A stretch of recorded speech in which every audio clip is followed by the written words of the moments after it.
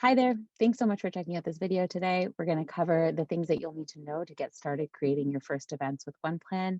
If you've signed up for our free 14-day trial, everything that we cover today will be available to you in the system. If you haven't signed up for a free 14-day trial, you can head to oneplanevents.com and click try for free, and you'll be able to create your account and get started right away. So once you first log in, you'll see your events dashboard. Here you'll see a handful of test events that I've created. If you're new to OnePlan, you'll just see the demo event in here. We recommend clicking show map and walking through a few tips and tricks that'll help you get started. But if you're ready to just get started with your first event, all you need to do is click create event up here in the top toolbar. You'll enter your event name, you'll enter the country, and then you'll enter the location. And it's best if you're as clear as possible with this location, because this is going to help us surface the map that will be available for you to plan on. You can always change this at a later date, but it's helpful just to be as specific as possible to ensure that the right map is surfacing for you.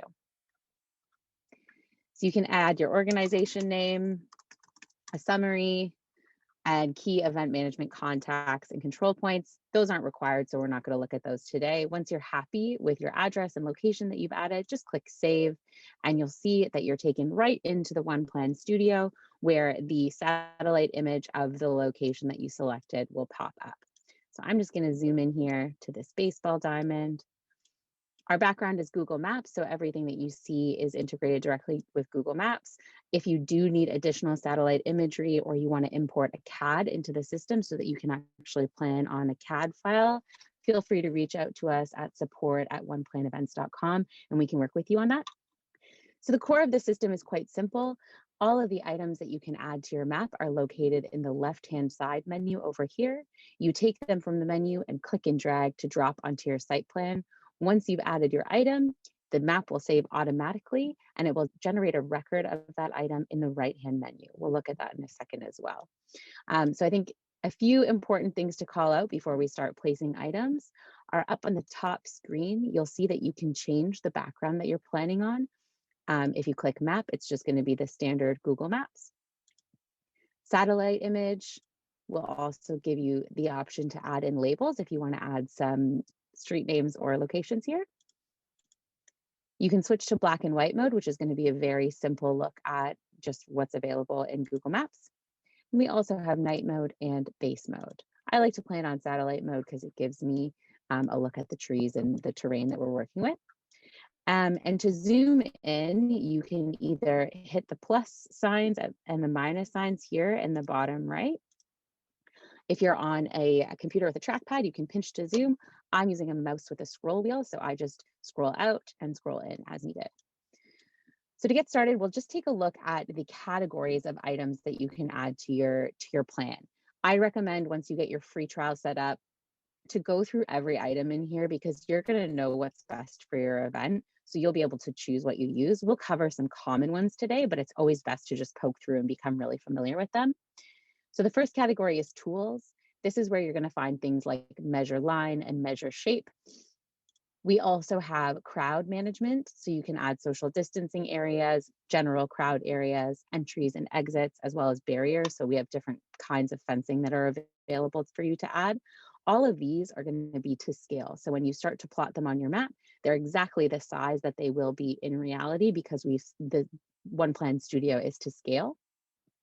We also have a few icons, so you can drop these on your map as little informational points, but they are not to scale. So I think that's an important thing to call out. We also have dot planning, where you can start to plan your staffing deployment for the event. And we have infrastructure, where you'll find a ton of information. So you have tents, cabins, containers, different vehicles that you can drop onto your site. These are to scale, so you can actually change the size of the vehicles as you add them. Electrical, toilet, sanitation, and a variety of different things that you should absolutely poke through once you get your trial set up. Then we have routes and wayfinding, so we can add different pieces of signage, walking routes, flow arrows, and transportation icons. And then traffic management. So we have parking and traffic barriers, a variety of different traffic barriers that you can add to the site. We also have the search function, which is really helpful if you, when you're creating your event, you don't put in the right address and you want to edit that later to get to the right spot on your map. You can always enter the address here, or if you do use what 3 words in your event operations, you can enter the what 3 words location as well. So we'll just take a look at plotting some of the most common items that we see in site plans. So the first thing that we're going to do is we are going to place a barrier. So it's as easy as selecting the item that you want to place. So I'm going to select custom fencing, and you'll notice that my icon has turned into a plus sign. So I'm going to zoom in a little bit here, and I'm going to click to start placing my fence line, click to change directions.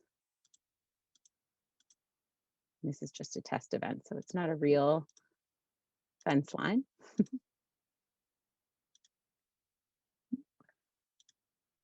And then you can double click to finish. So once we've added our fence line, you'll see that there's immediately, when I click on it, there's a record of that fence line in the black menu on the right-hand side. It'll tell me exactly the length of that fence line in meters. So it's 333 meters. And it will also tell me the number of segments that I need to order from my fencing provider in order to create that fence line in my site plan. So if I double click on my fence line, I can always use these little dots that show up to fine tune the exact size of my fence. So if I want to get a little bit closer to the sidewalk here, I can come in and do that without any problem. And when I click out of this, so keep an eye here on the length. Our original length was 333 meters. If I click out of it, you'll see that the length has now updated to reflect those changes that I've made. So we have our fence line. We can do a few things with it. Now that we've added it to the plan, we can configure it in the menu on the right-hand side. So you'll see a couple of things. First things first, we see segment length. I can actually, as we all know, the fencing provider doesn't always sell fencing segments in the same length. So if I know that this specific kind of fencing is actually 3 meters per segment, I can adjust that, and you'll notice that the number of segments that I need to order is going to change automatically. So OnePlan is trying to remove as much of the guesswork as possible for you as a planner here. You know the exact length of your fence, and you can also start to build your rental list from the system.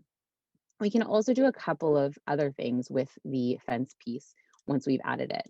First, we can adjust the internal name. So if I click in here, I can label it crowd barrier for, let's say, 2 meters. So the internal name is really helpful for you as a planner to track the specific items that you've added to your plan. It's not going to be, if you're sharing your plan in view only format, they're not going to see the specific label that says that. So it's better to think of it as an internal name. If you wanted to add an external name, you can click into the hashtag here and you can add, let's call it external fence. And you'll notice that if you click on style and you also click on position, you get a label here that actually comes up and can be moved around your site plan as needed. So if you need to have an external facing label, you can add those as well here. I'm going to delete this just for the demo's sake, but that's something that is possible with all of the items that you add to your map as well. So you can rename them internally or externally. I'd also recommend poking around this 3-dot menu here. So if I click on the 3 dots, you'll notice that I get a few different options that I can actually change for this specific custom barrier that I've added. The first thing that I can do is I can use the imperial system. So if you think in feet, you can change that and you'll see the exact run of the fence line in feet, and you can configure it as needed. You can also come in and you can add your supplier, add your cost, and add your in and out dates to this item. So you can start to build your rental list from here. If you have 2 fencing providers, OnePlan makes it really easy to separate out the rental partners that you're using. So this is going to be ordered from fencing provider A, and I might add another piece of fence later that's coming from fencing provider B. Cost, you can use as you'd like. You can put in the cost per segment or the cost for the full run. It's totally up to you. And you can also tell the system when you'd like this fence line to appear and when you'd like it to go away. So you can build your load in, load out schedule right from the system. everything that you take from the orange menu and add to the menu on the right-hand side is saved automatically. And we'll look at this a little bit later, but you can export a list of every single item that's been added to your plan so that you have a very up-to-date list of the infrastructure that you've added, as well as your load in, load out dates, your suppliers, and your costs. So that's a quick look at fencing. And now we'll look at adding a tent. So in order to add a tent, you just select the tent item from the menu. You're going to enter the length and width of that tent in meters. And immediately you'll see I have a 6 meter by 6 meter tent in my cursor, and I just click to place it on the map. Then from here, I can change the internal name or add a label like we looked at earlier. I can also open the settings, and you'll notice there's a few different fields that you can fill in for tents. You can actually come in and make that tent bigger if you place it and you decide that it can be a larger tent. You can add your own info type, spec, location, and area, and this is all kind of internal for you, so you can use it in the way that makes the most sense. You can also open the 3-dot menu here and rotate it to the left or rotate it to the right to a 5-degree, single degree, or half degree of accuracy, depending on what you need. And you can also, so let's just rename this, for example.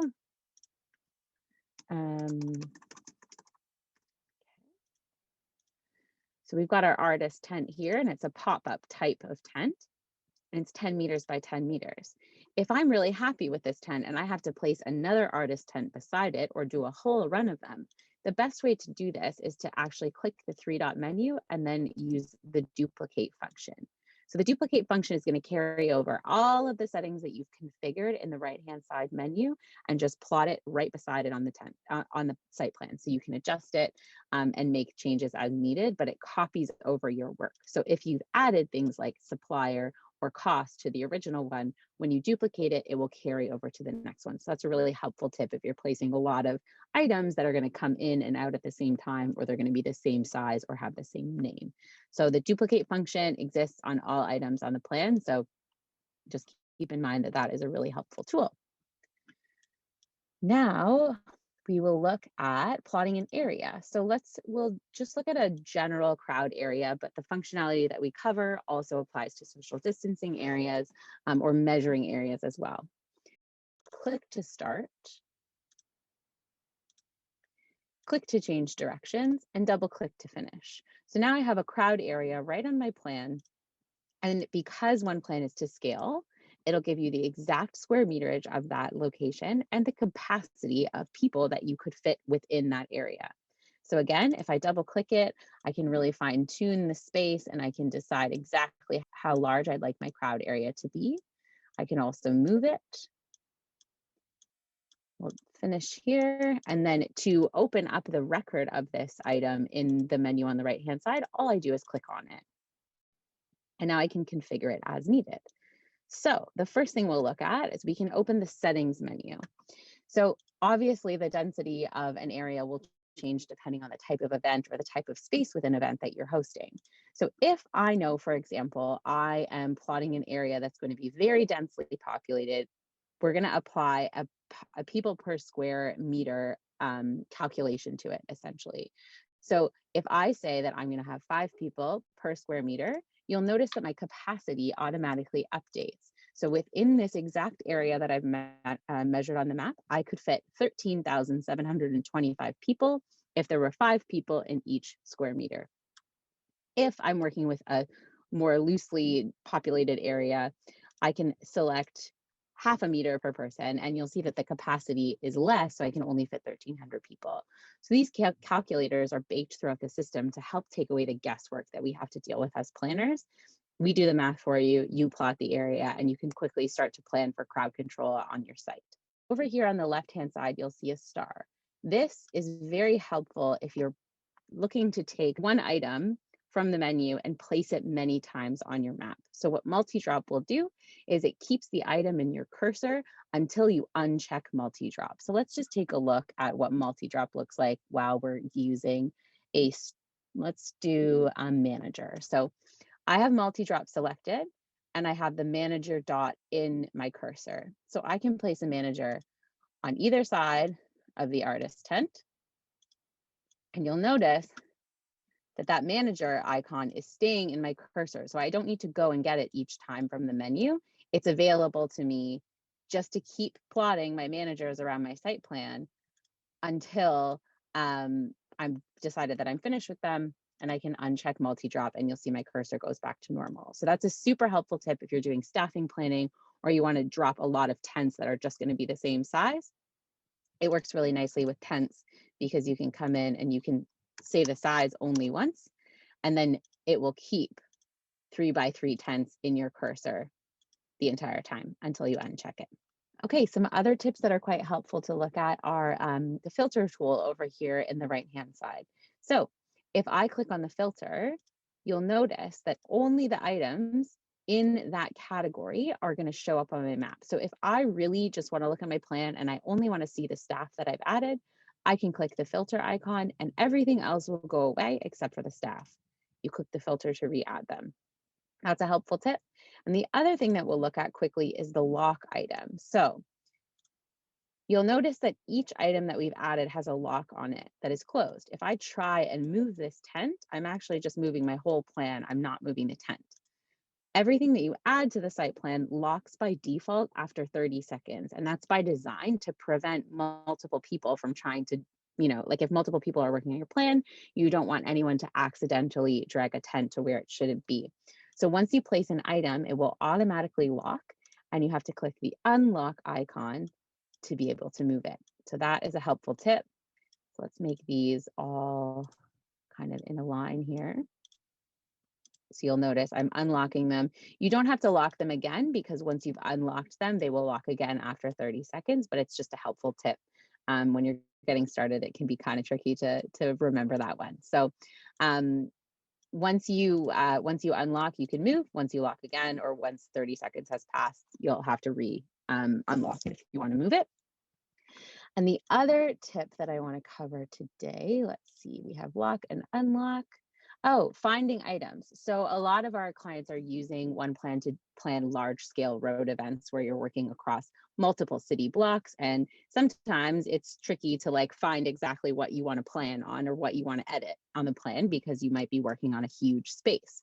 So if, for example, I'm in this area and I know that I want to change something about this artist tent, but I don't want to search through my whole list of items on the right-hand side to find it. All I have to do is click on it, and you'll notice that immediately that record comes up on the right-hand side and flashes in orange. So that saves you from having to scroll up and down through that menu. You can just click on the item to quickly find it. And it works in the same way. So if we zoom out here, if I decide that I really want to look at my tents on this plan, I can just click on the icon beside the item, and OnePlan will zoom you right into that location so that you can actually start planning on this specific tent. So those are helpful tips as well. Now that we've covered an overview of how to add things to your plan, I'm just going to quickly go back to the dashboard and cover some helpful tools that are available to you from each event tile. So here's the event that we just created. If I clicked show map, it would take me back into this map here where I could start planning. So show map will take you right to the map. There are also on each event, there are some different links that will take you out to specific areas. So we have arrival modeling and evacuation modeling. We have a separate video that covers these, but essentially they're calculators that help you plan for the physical distance that you'll need to line people up at a concession or at your main gate or something like that. And it basically provides you with the information you need to calculate how much physical space you'll need for them to line up and the time that each person might be in line for, so the wait time. So those calculators, and then evacuation assessment is essentially the opposite of that. How quickly will you be able to get people out of your exits that you've plotted on your plan? We have separate videos for those, so you can just head to our YouTube page, but just so that you know that they're available. You can do them from the event level, and you can also link out to them in the top toolbar here. Then we have a few reports that are important to call out. So we have the bill of quantities and the CSV report of that bill of quantities. The bill of quantities is an itemized list of every single item that you've added to your plan. So as I mentioned earlier, you take items from the orange menu, place them onto the map. They immediately generate a record on the right-hand side, and the bill of quantities is where you're going to find that itemized list. So you'll get all of the information that you've added, supplier, the size, the quantity, and any info you filled in. And this saves automatically as you add to your site plans. The Quantities CSV report is just a CSV report of this. The CSV report is most helpful because it does contain more information. So like load in and load out will be in the CSV report only. And then you can configure and group the report as needed to do your rentals or to do just your ordering or planning for the show. We also have some specific reports that are just basically the bill of quantities, but for specific categories on their own. So if I open up my dot planning report for the event we just built, you'll see that I have 6 managers on the site, and it's going to include the name of the icon, but also any internal name that I added. And I can group them or I can ungroup them. We also have parking, walking routes, crowd areas, and signage. So if you've added any of those things to your plan, you'll have a specific report that just looks at those. We also have the change log. So this is going to track every single change that was made to a site plan, who it was by, when the change was made. And so this is really helpful if you have a large team working on the same plan and you want to look back and figure out when a specific tent was moved. So this is going to track every single thing that was done. And then finally, we have details, edit, and share. Details and edit are just going to let you change those fields that we looked at when we were creating the event, but share is a really important one. So any event that you create in OnePlan, you can share in an unlimited way, so with as many people as you want in view-only format. So when you click share here, all you need to do is put in the email. If I want to share in view-only format, I do not check this and I just hit save. So immediately you'll see that test at OnePlan has been added.